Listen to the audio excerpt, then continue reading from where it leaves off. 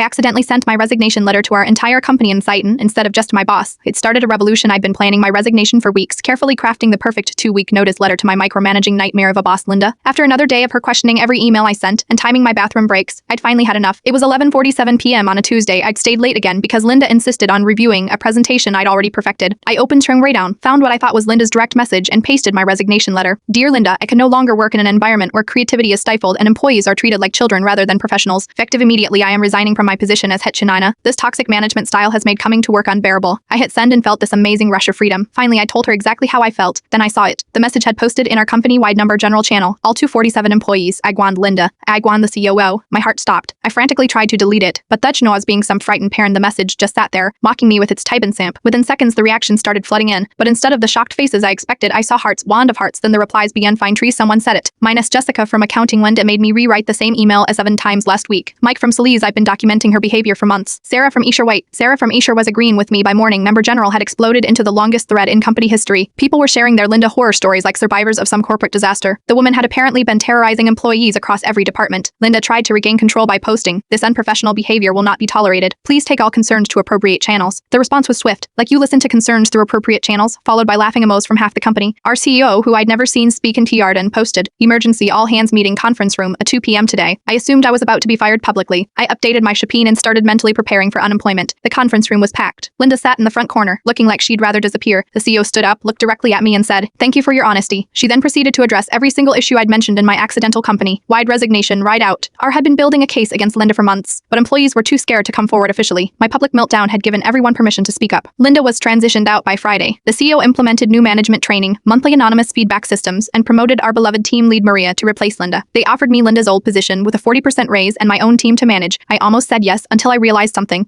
I discovered my own worth by standing up to toxicity. Instead, I negotiated a flexible remote position with better boundaries and used the confidence from this experience to eventually start my own marketing consultancy. 6 months later, 3 more people have quit Linda-level managers at other companies by accidentally posting to company-wide channels. They all tagged me in their respit posts. Sometimes the best career moves happen when you hit send on the wrong conversation. My accidental revolution taught me that speaking truth to power works better when you have witnesses, even if you never meant for them to be there.